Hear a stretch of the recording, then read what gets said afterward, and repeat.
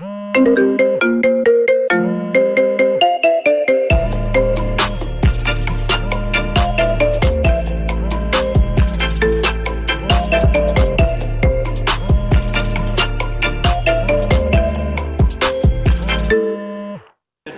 of the future will be the result of decisions we must make today.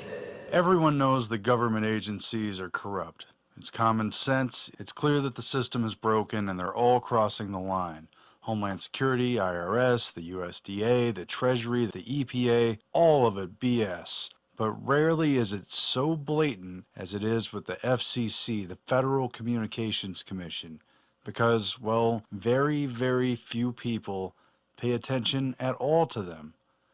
Hardly any resistance was put up against net neutrality rules, and that was a fairly big media story. Almost no one said anything about the mergers between the giant telecoms and the general complete takeover of communications. There really wasn't any resistance to the 1996 Telecommunications Act, which opened up a whole can of worms, a whole set of Pandora's boxes with the NSA and everyone else. But now they've opened up the floodgates to massive corporate control over our lives, a total surveillance system on the part of government agencies and their contractors, and the very near blanketing of the entire population. Literally, of everyone in the world. Literally, of everyone in the world. Autonomous vehicles, smart city energy grids, transportation networks, and water systems. Immersive education and entertainment will come from the cloud. The driving force of the 21st century will be powerful processing, centralized in the cloud, and wirelessly connected to thin clients. All of whom will be saturated with gigahertz signals literally everywhere they go on the planet, and no one has permission. The United States will be the first country in the world to open up high-band spectrum for 5G networks and applications. And that's damn important, and will generate tens of billions of dollars in economic activity.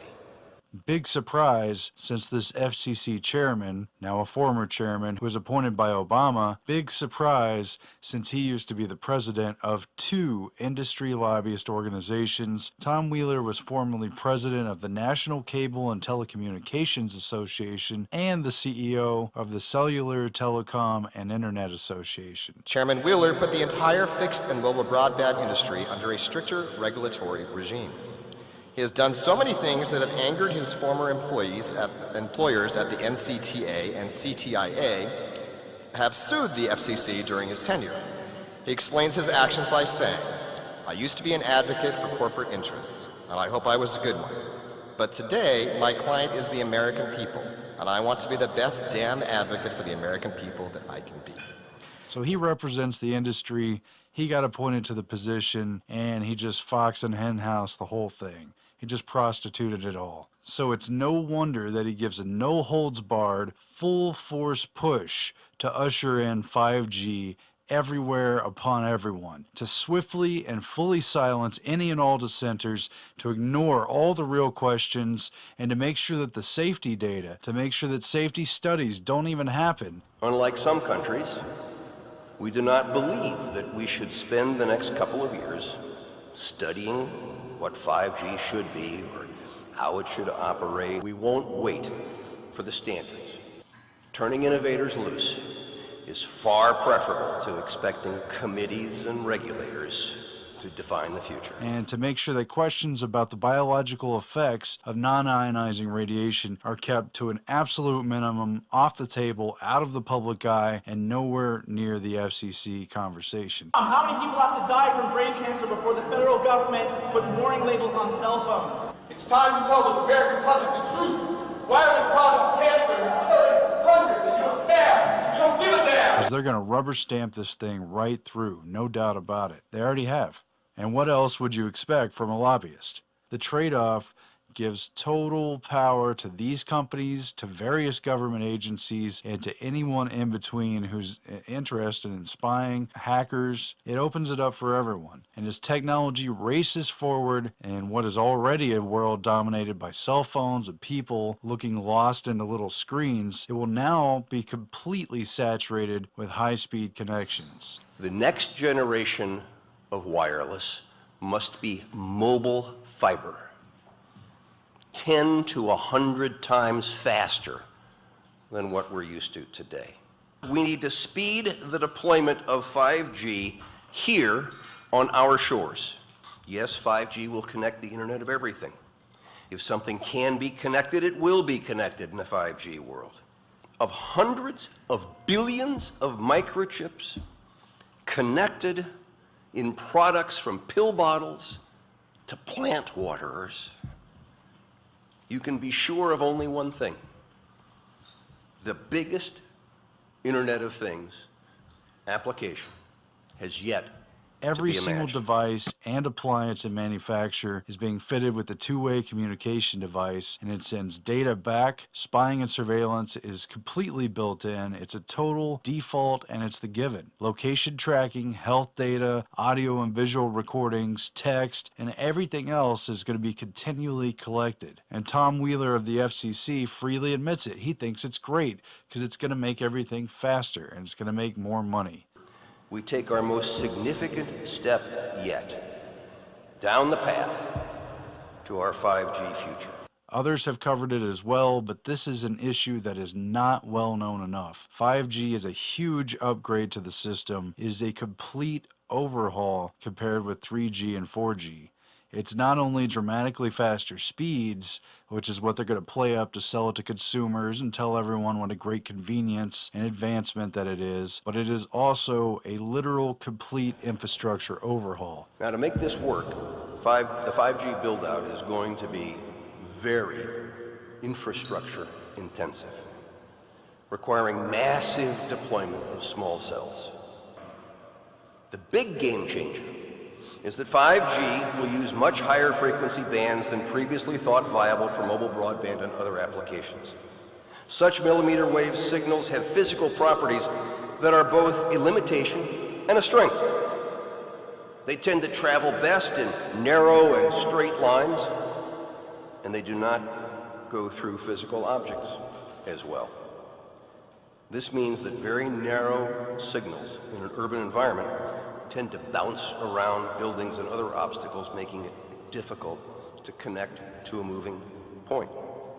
But brilliant engineers have developed new antennas that can aim and amplify signals, coupled with sophisticated processing that allows a moving device to pick up all of the signals that are bouncing around and create one coherent connection.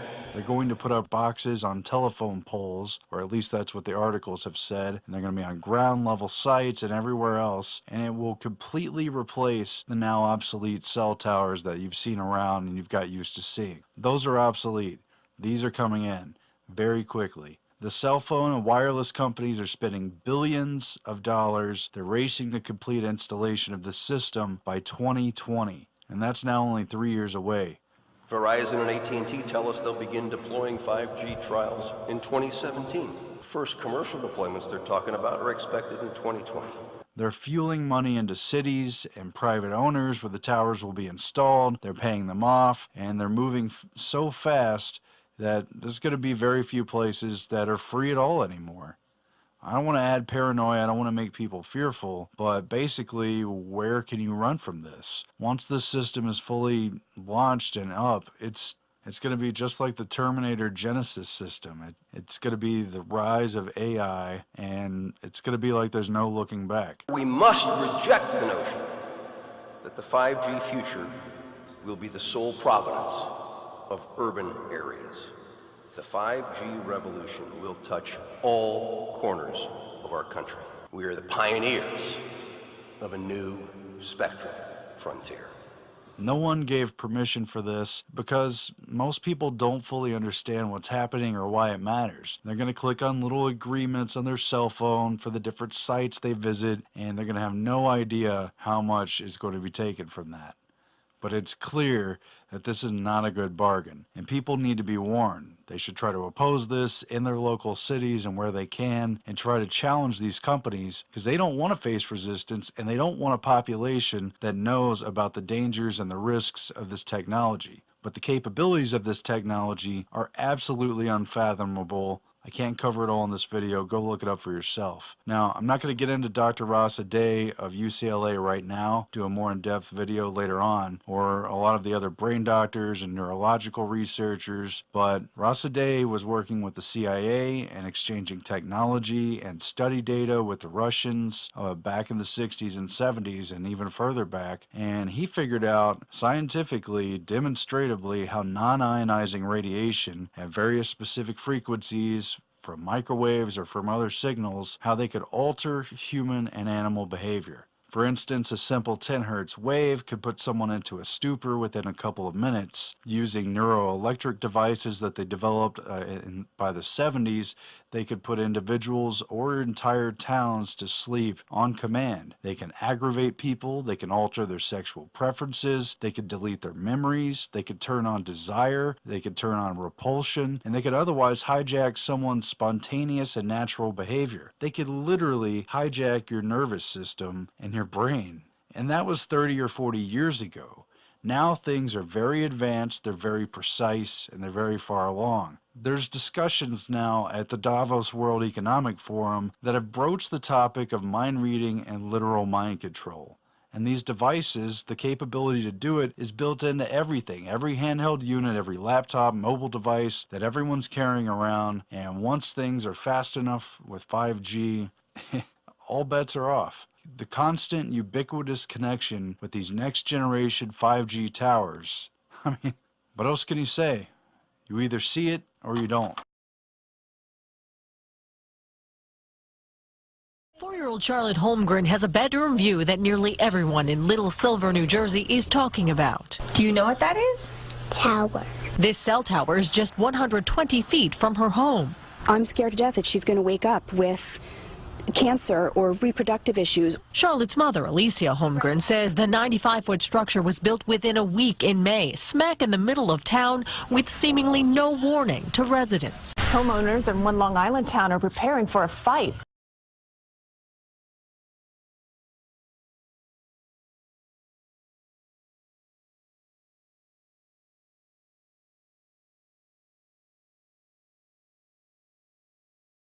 Two dozen cell phone repeaters installed in front of their homes.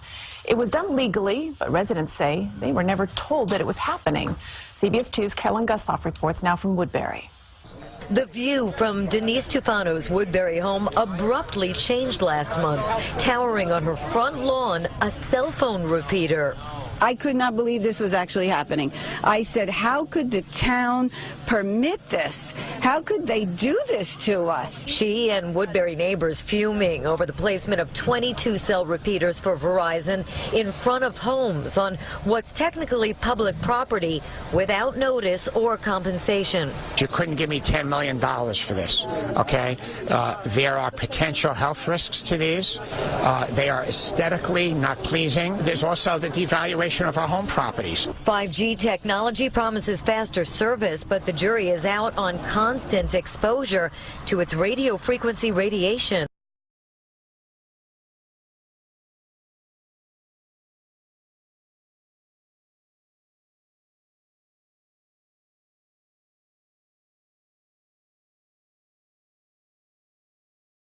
.5G technology promises faster service, but the jury is out on constant exposure to its radio frequency radiation. Your cell phone you use, you put down.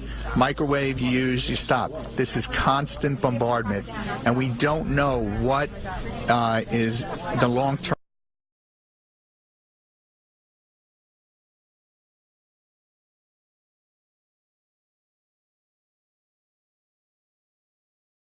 is the long-term effects. Residents say their cell service was good enough. Put them in a commercial area.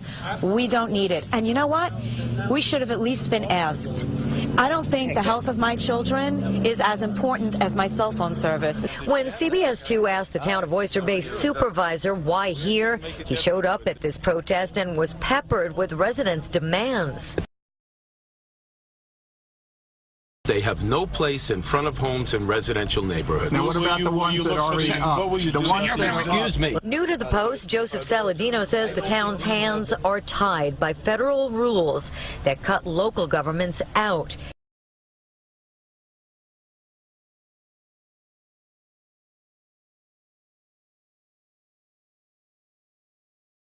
Town Supervisor Saladino vows to do everything in his power to get these taken down and prevent new ones from going up in front of homes.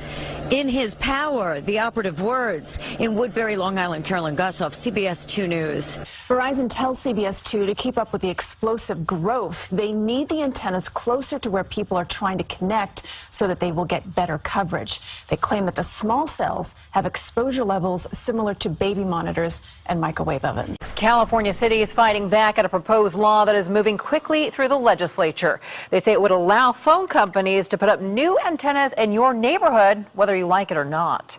KPIX 5's Phil Matier in Walnut Creek. And Phil, today you heard some of the opposition in Sacramento, right?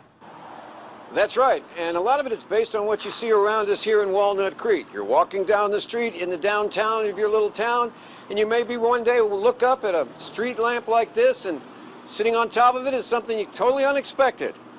A cell phone antenna. Here's the story. 5G wireless has the potential to be a game changer. But to pave the way for that game change, telecom companies need to put up between 30,000 and 50,000 of these small cell antennas, including several likely in your town over the next 5 years, but with only limited local say. Local neighborhoods would be seeing something the size of a refrigerator showing up on a street pole, and they could say nothing to stop it. A library, a school. On traffic signals, on light poles. This would give the companies free rein to install these small cells on any public infrastructure, and we would have no ability to say no. We're also talking about an industry that is a big player in California politics. In the 2016 election cycle, telecommunication companies contribute over $3 million to both California Democrats and Republicans that are now deciding on this bill, which, by the way, shot through committee on a 6-1 vote with 2 abstentions. It's going to be a tug of war, but it looks like they're going to win, so it's only a matter of time when we're going to be seeing these. By the way, you'll be able to check it all out on the internet because they're going to make that faster as well. In Walnut Creek, Phil Matier, KPIX 5. Back to you guys. Hi, this is John in Los Angeles. It's October 22nd, 2017, about 10 o'clock in the morning, and I'm at a park in Dominguez, California here. That was a little religious ceremony they got going down there. So I'm looking around the park, and I'm looking at this. Look at this. This is a microwave cell tower, guys, right out in the open where anybody can walk up to it. People are being hit by it that are playing in the park and all this stuff. And I'm gonna show you the signs here, wide open. Look at this. You can freeze frame the video if you want to read some of this. I won't stay on it too long, but just take a look at this. Look at this. Yeah, you really want to salute this. They're microwaving the piss out of us all, and they're disguising it as this. This is what they do. They put the flag on things so you trust it. Well, I don't trust it, all right? Put the flag on things so you trust it. Well, I don't trust it. Tour guide said that one of the reasons they wanted to build the data center in Utah was because of the patriotism of people from Utah. Yeah, that was one of my questions is, you know, why did you come here? And his response was, the electricity is cheap and the people are patriotic. And I read that as a code word, is that nobody's going to ask any questions. And, you know, that kind of sat with me uneasily, that in my opinion, patriotism is questioning your government consistently. The idea that we're just sheep out here and we're not going to care, I think is, you know, even though we're a very conservative state, I think a lot of people would bristle at that idea. Put the flag on things so you trust it. Well, I don't trust it. You may sign up to speak. You may, please leave. Please leave the room. Thank you. Please leave. Shame on you. Tempers seemed to flare at the county school board meeting. This as board members heard from the public about putting up a cell tower on the grounds of Shadyside Elementary School. You are the deciders. The process started here, the process tracks here, the process ends here. Those opposed to the cell tower, some of them parents, say they have long-term health concerns. They were counting on the board to take action by casting a vote, even though it was only a review item. As board members, please protect our children. We absolutely need you today to be brave. Even as both sides lined up to be heard, it was evident there was still plenty of frustration. That's when the board had to call in security. It's time for you to leave. Thank you, I will, thank you. There was public support for the Shadyside cell tower from residents who tried to convince the board of the benefits. With the current storms brewing in the Atlantic this week, I think about safety. Will my cell phone work if I call for help?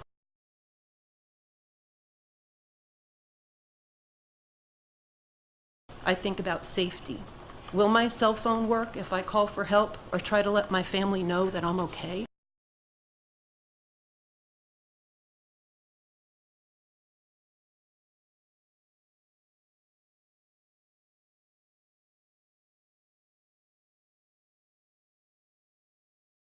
Please do not let the financial agenda of these small few in our community bully this board into backing out of this plan. One board member called for a vote on the issue, even though he realized the item was only up for review. Motion fails at this time. That said, the cell tower proposal, now out of the hands of the school board, awaits an official permit. Now, looking beyond Shadyside, there are two other pending cell phone tower proposals, one of them on the grounds of school board headquarters. So what's the financial benefit? Last year, the school system collected a little more than $81,000.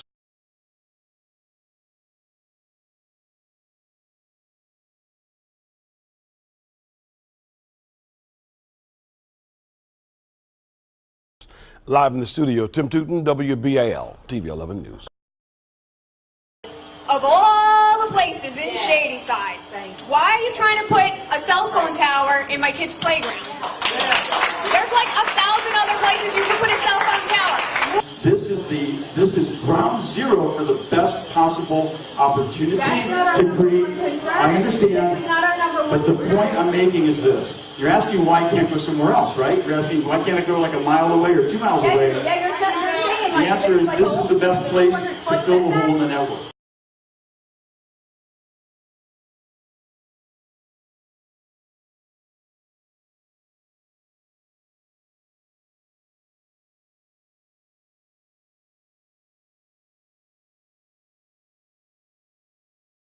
You're asking why can't I go like a mile away or 2 miles away? The answer is this is the best place to fill the hole in the network. Really? There's really everywhere else in Shadyside. You're trying to tell me everywhere else in Shadyside you can't get more than 200 feet from a building or somebody's property line or whatever. That's what you're trying to tell me? What I'm saying. And will you be guaranteed? Will we be guaranteed that the school is the cell tower is safe for us kids? And we won't get some sort of cancer or anything like that. Because I don't want cancer.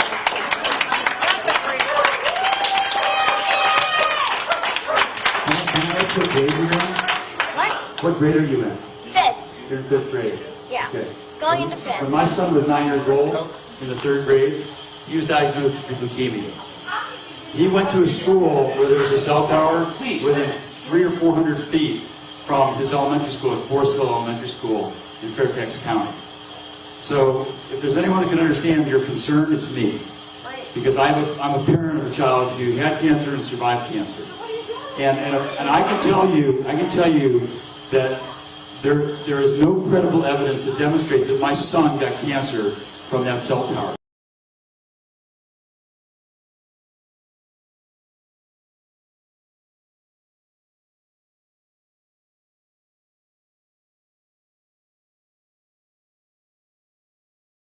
That there is no credible evidence to demonstrate that my son got cancer from that cell tower. Because the reality is that there's no evidence to show it causes harm. And I wouldn't believe these people causing harm.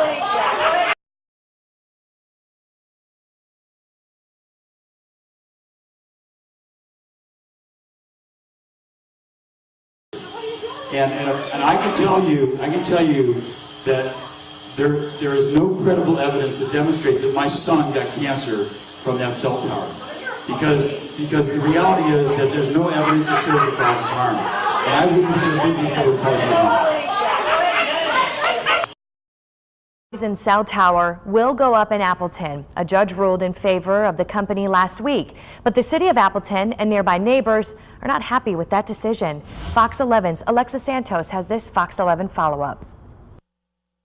It just doesn't belong there. Neighbors near a proposed Verizon cell tower in Appleton are disappointed with a judge's decision to allow the company to build. At the end of the day, nobody should be allowed to build a cell tower that close to a residential area. The city of Appleton tried to stop it. The Common Council denied the permit for constructing the tower because of concerns from neighbors about safety and loss of property values. They came forward and they really laid out their case. It was a pretty powerful case. So council said, no. See what happens. We'll take our chances. In August, Verizon sued the city of Appleton over that decision. Outagamie County Judge Nancy Krieger ruled in favor of Verizon's claim that Appleton didn't provide enough evidence to support that permit denial, and those grounds are not valid for denying a permit. We're definitely pleased with the outcome, and for us it really comes down to public safety. And for us it really comes down to public safety. And I can tell you that there is no credible evidence to demonstrate that my son got cancer from that cell tower. Because the reality is that there's no evidence to show that causes harm. And I wouldn't think a big deal would cause harm. And for us it really comes down to public safety. Verizon says it wanted to fill in gaps in coverage in the Appleton area and also make sure people could use their phones in case of an emergency. I think about safety. Will my cell phone work if I call for help or try to let my family know that I'm okay? People living near St. Joseph's Church on Green Bay's south side are voicing their concerns, protesting this morning against a cell phone tower that will be built on church grounds. Protesters of this tower say there are several reasons they do not want the tower to be built there, including what they say are health risks, lowering the value of their property, and messing with televisions and radios on their homes. A staff member of the Quad Parishes told us some of the reasons the church agreed to having the cell phone tower on its property, including financial benefits. Provide better cell phone coverage. And nowadays everybody has a cell phone. So that's one of the main things. It will be an evangelization tool for us. It's going to be a clock tower, and it will have our church name on all four sides, a cross on the top lit up so that people will know that there's a church here. It's a terrible location to put up a 140-foot tall cell phone tower. Willoughby Hills residents like Dan Valerian say they were stunned to learn their mayor approved a massive cell tower to be built here at this location on River Road without them even knowing it. A location residents say is all wrong. The beauty of the Chagrin Valley on one side, residential areas all around you, a historic cemetery, a historic building, and you're just going to wedge this thing right in the middle of all that? And some Willoughby Hills council members say the mayor broke the law by approving the project. And to find out that the mayor had signed it months before the first meeting was held, I think that's just wrong. And frankly, at our December meeting, we asked the mayor, not once but twice, did you sign any agreement with Verizon or the representatives? He said no both times. Did you sign this lease without consulting residents? Yes, I did. Did you sign this lease without consulting residents? Yes, I did. Mayor Robert Weger admitted he approved the project without talking to residents, but told me City Council was in on the deal. A deal that could have Willoughby Hills facing a lawsuit if it doesn't follow through. It's got to go through 2 readings at the Planning Commission, and that hasn't happened yet. Reporting here in Willoughby Hills, I'm News 5 investigator Joe Paganakis. Residents in one of El Paso's oldest neighborhoods are speaking out against a proposed cell phone tower. KFOX 14 News at 9's Megan Lopez attended a Sunset Heights community meeting tonight to find out why they're so opposed to it. She joins us live in the studio to explain why residents say they don't want the tower. Megan. Robert, people who live in the Sunset Heights Historic District say the 60-foot tall tower will be an eyesore. They say it doesn't belong in their community. The president of the Sunset Heights Neighborhood Improvement Association, Cito Negron, says the tower and the city is currently considering whether it wants to let Crown Castle build that tower for Verizon Wireless. These are some artistic renderings of what that tower could look like. Negron says that the company offered designs that would look like a Bhutanese structure to disguise the tower so it would resemble a UTEP design. But some of the residents I spoke with tonight say that's not enough. Now, they talked about disguising it to look like a UTEP tower, you know? But this is not UTEP. This is Sunset Heights. If they want to put that over there by UTEP, you know, that's their decision. It's not consistent with the integrity of the historic nature of the neighborhood. It might not be to the benefit of anybody but the cell carrier and the property owner. It's definitely not to the benefit of the neighborhood. Aside from being an eyesore, Negron tells me that the company has to get special permission to build that tower in that area because it's so close to some houses. Tonight, Sunset Heights residents met at Hal Marcus Gallery to discuss their options. Some have sent letters to the city's planning commission to ask for another area to be chosen for that tower. The city's planning commission is set to hear the cell phone tower proposal tomorrow afternoon. Reporting live, Megan Lopez, KFOX 14 News. Every new generation of wireless networks delivers faster speeds and more functionality to our smartphones. 1G brought us the very first cell phones, 2G let us text for the first time, 3G brought us online, and 4G delivered the speeds that we enjoy today. But as more users come online, 4G networks have just about reached the limit of what they're capable of at a time when users want even more data for their smartphones and devices. Now we're headed toward 5G, the next generation of wireless. It will be able to handle 1,000 times more traffic than today's networks, and it'll be up to 10 times faster than 4G LTE. Just imagine downloading an HD movie in under a second, and then let your imagination run wild.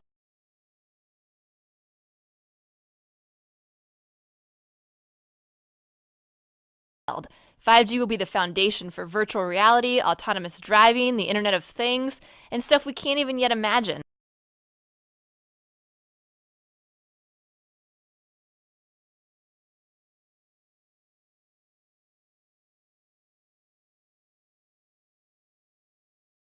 But what exactly is a 5G network?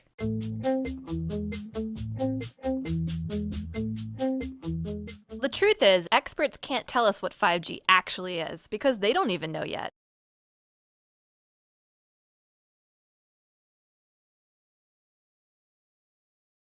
Your smartphone and other electronic devices in your home use very specific frequencies on the radio frequency spectrum, typically those under 6 gigahertz. But these frequencies are starting to get more crowded. Carriers can only squeeze so many bits of data on the same amount of radio frequency spectrum. As more devices come online, we're going to start to see slower service and more dropped connections. The solution is to open up some new real estate. So researchers are experimenting with broadcasting on shorter millimeter waves, those that fall between 30 and 300 gigahertz. This section of spectrum has never been used before for mobile devices, and opening it up means more bandwidth for everyone. But there is a catch. Millimeter waves can't travel well through buildings or other obstacles, and they tend to be absorbed by plants and rain. To get around this problem, we'll need technology number 2, small cell networks. Today's wireless networks rely on large, high-powered cell towers to broadcast their signals over long distances. But remember, higher frequency millimeter waves have a harder time traveling through obstacles, which means if you move behind one, you lose your signal. Small cell networks would solve that problem, using thousands of low-power mini base stations. These base stations would be much closer together than traditional towers, forming a sort of relay team to transmit signals around obstacles. We know people are already getting sick from the lower frequencies, and we expect, that is our scientists expect, that these higher, ultra-high frequency microwaves are going to bring people to disease quicker and in a more intense form. The other problem with 5G technology is these microwaves are very short. So our old microwaves were about 2.5 to 3 feet long. These are now about 1 inch to ½ an inch long, and they don't travel very well. So they're going to have to put a little cell tower transmitter in front of about every 2 to 10 homes. Now this is a big problem because we know The cancer rates around regular cell towers are about 3 or 4 times what they normally should be. We also know that there's neurological symptoms that increase as you get closer and closer to a cell tower. Now, these new transmitters are going to be placed close to people's homes.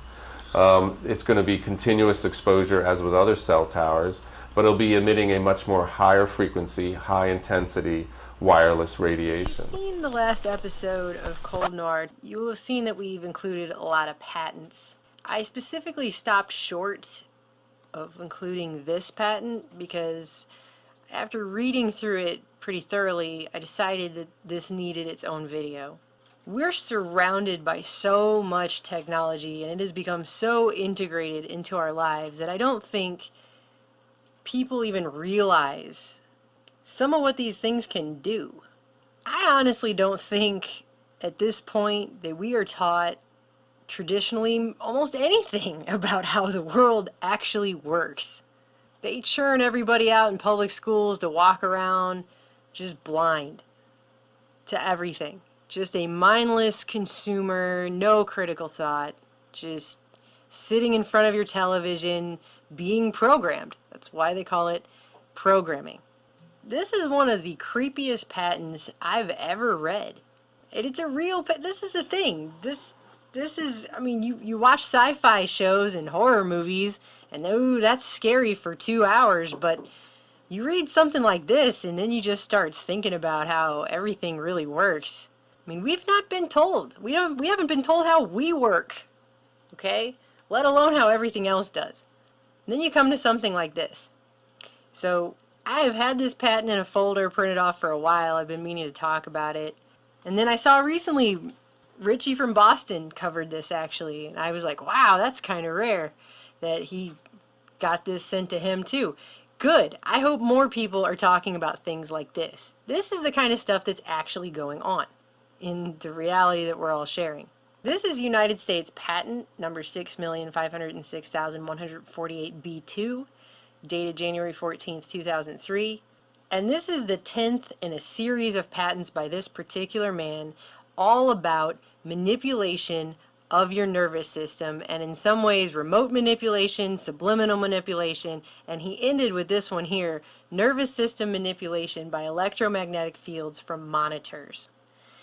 And I just wanted to go over this with you because this is a thing that exists, and it existed over a decade ago, well before they made the forced switch to digital, where they can layer the signals, and if there is anything strange in that, you're not going to see the interference, right? This has to do with physiological effects that have been observed in human subjects in response to stimulation of the skin with weak electromagnetic fields pulsed with certain frequencies near half a hertz or 2.4 hertz, such as to excite a sensory resonance. Many computer monitors and TV tubes, when displaying pulsed images, emit pulsed electromagnetic fields of sufficient amplitudes to cause such excitation. It is therefore possible to manipulate the nervous system of a subject by pulsing images displayed on a nearby computer monitor or TV set.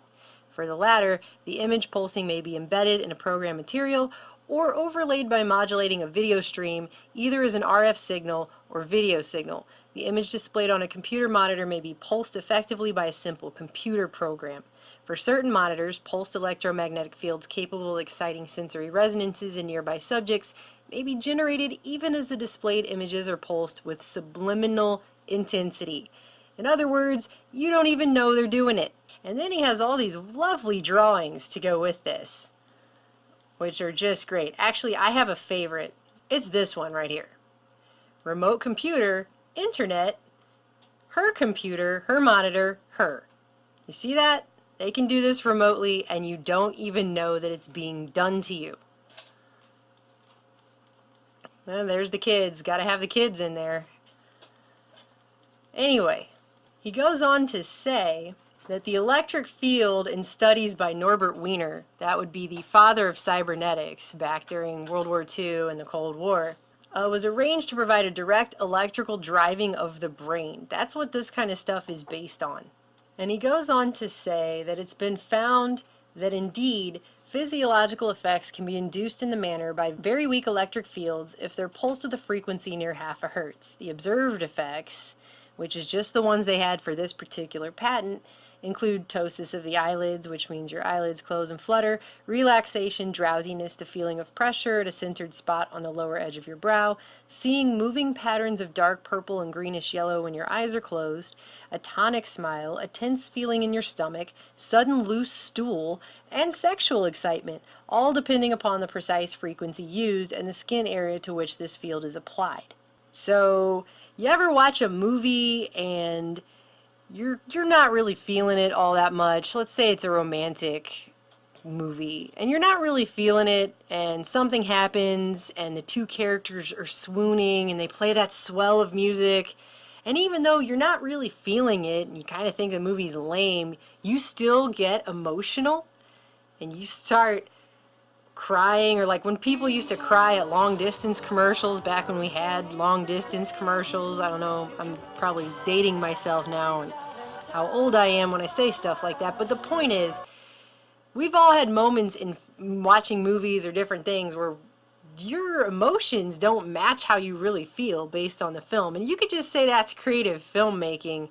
But when you see something like this, you gotta wonder, is it also something like this? Because they can do this. And he's saying right here they have the ability to. And if you read at the first page again, this patent is based on years worth of other patents. So it isn't like he just came up with this off the spot. He's got 10 of his own patents based on doing this kind of stuff. Then he goes on to say in the summary that the implementation of the invention is adapted to the source of video stream that drives the monitor, be it a computer program, a TV broadcast, a videotape, or a DVD. And a program written in Visual Basic is particularly suitable for use on computers that run Windows 95 or 98. That's how basic this technology is. Okay? It does not take much. They could use Visual Basic to run it on Windows 95. Okay? So, and this is all those years ago. I have no idea what they have today. And it is to the point that at the end of his own patent, in the summary, this man, Hendrikus Lewes, says, certain monitors can emit electromagnetic field pulses that excite a sensory resonance in a nearby subject through image pulses that are so weak as to be subliminal. This is unfortunate since it opens a way for mischievous application of the invention whereby people are exposed unknowingly to manipulation of their nervous systems for someone else's purposes. Such application would be unethical and is of course not advocated. It is mentioned here in order to alert the public to the possibility of covert abuse that may occur while being online, while watching TV, a video, or a DVD.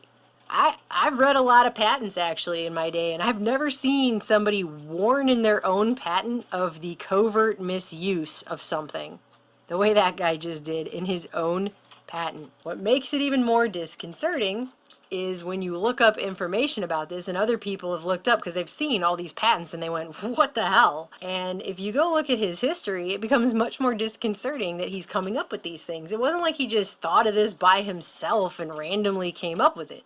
This is a guy who during the 50s was working with Plasmodine Corporation and then Douglas Aircraft's Advanced Research Department. Douglas Aircraft, of course, linked to Lawrence Rockefeller, lots of black Cold War projects going on with them. Then he went on in the 80s and started working on government projects as a contractor with the likes of the Department of Defense, the Department of Health and Human Services, and the Defense Advanced Research Projects Agency, DARPA. So that's Hendrikus Lewes, and they go on to say in this article that he had a website called QWave.com, but it's nothing more of a copy of a site. But I actually went back to the Wayback Machine and found the old website that this guy started. And after reading through Are You Sensitive to Electric Fields and the Q&A that he has here, I feel like the guy almost has remorse for what he's created, or he figured out through this series of patents that he put out over the 90s and the early 2000s that he was coming up with something that wasn't actually very good. And so he wanted to warn people about it. And that's kind of what I get, the sense I get from this website of his that he had up at the time. This is no longer a current website, but back in the day he had this, and he said that depending on these frequencies, relaxation, drowsiness, sexual arousal, he knew he could cause all these things with this program. And he says that electric field pulses capable of exciting a sensory resonance can be generated by small insulated electrodes packed flat in the space of a credit card. So it doesn't take much for this. This can be just put right into the television monitor. It can be put right into your VCR, your VHS tapes. I mean, computer programs, anything, computer monitors, whatever, right? Since we cannot sense the field directly, our nervous system can thereby be manipulated covertly for someone else's purposes.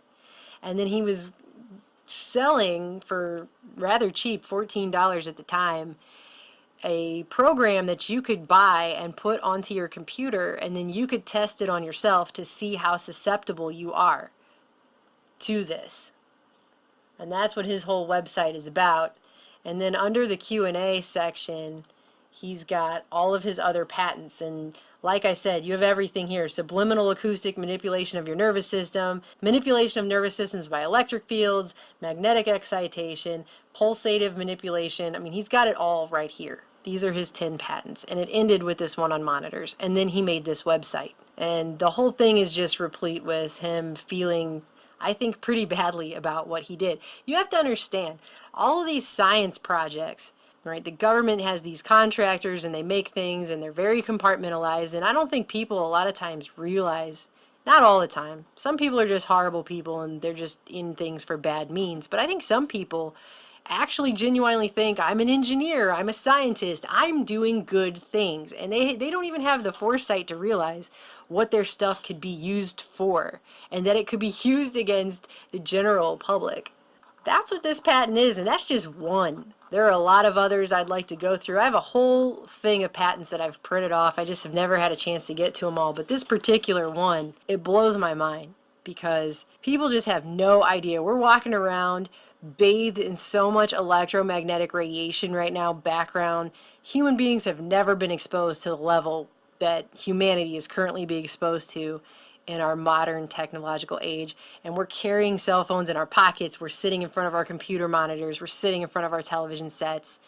And people just don't have any idea the myriad uses that these things can be put to, all the stuff it can do. People are just blissfully ignorant. They don't know. And I personally don't want to go through life blissfully ignorant. I'd like to be informed. I mean, when I think of this, it reminds me of Videodrome. If you haven't seen the movie Videodrome, it's a very weird, creepy, violent movie, but they said in that movie the battle for the minds of North America would be fought in the Videodrome, and it was about programming that was turning people violent and crazy. And I mean, he mentioned some of the things that weak electromagnetic fields can do at certain pulsed frequencies, but that was not an exhaustive list of everything that they can do. And I bet it's a lot more than just making people cry at sappy movies. All right? So I just thought you guys should be aware of that. You always get people coming into your videos and they say things like, what am I supposed to do with that information? Well, it's supposed to help empower you to at least know that this is a thing. And his face did shine as the sun, and his raiment was white as the light. Hey, what's up guys? Gons here for the Face Like the Sun channel. There's a book called Between Two Ages written by technocrat Zbigniew Brzezinski, who just recently passed away. This was written in 1970, and here's what he said in it, quote, "The changes wrought by communications and computers make for an extraordinarily interwoven society whose members are in continuous and close audiovisual contact, constantly interacting, instantly sharing the most intense social experiences, and prompted to increase personal involvement in even the most distant problems. The new generation no longer defines the world exclusively on the basis of reading, either of ideologically structured analysis or of extensive descriptions. It also experiences and senses it vicariously through audiovisual communications. The new reality, however, will not be that of a global village. A more appropriate analogy is that of the global city, a nervous, agitated, tense, and fragmented web of interdependent relations. That interdependence, however, is better characterized by interaction than by intimacy. Instant communications are already creating something akin to a global nervous system. Occasional malfunctions of this nervous system because of blackouts or breakdowns will be all the more unsettling precisely because the mutual confidence and reciprocally reinforcing stability that are characteristics of village intimacy will be absent from the process of that nervous interaction." End quote.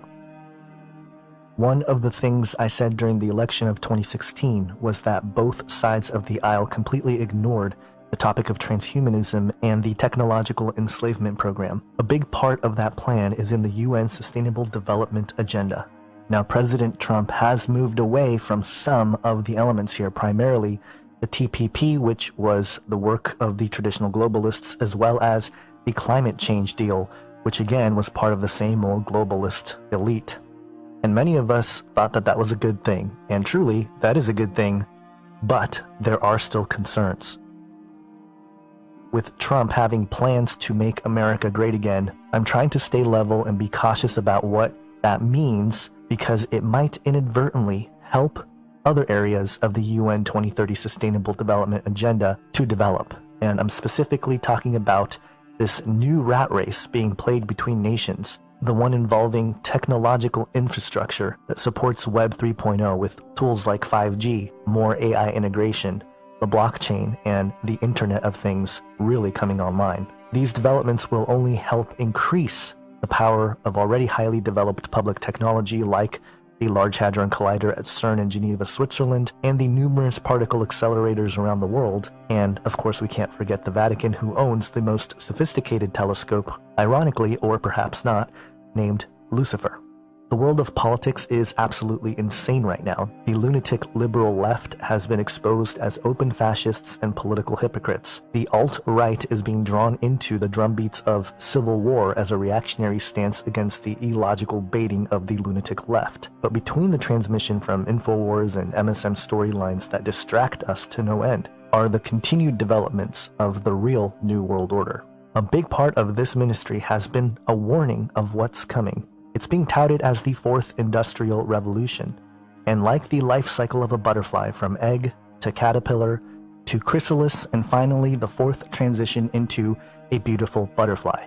This stage of the technological revolution is poised to be a deal breaker for many of us. Now let me be clear, technology itself is not evil or good, but the intention of those constructing it all around us don't have our best interest in mind. This technological infrastructure for a global currency, massive surveillance, Internet of Things, quantum computing, artificial intelligence, DNA databases, smart dust, smart cities, nanobots, bioengineering, virtual and augmented realities, implantable technology,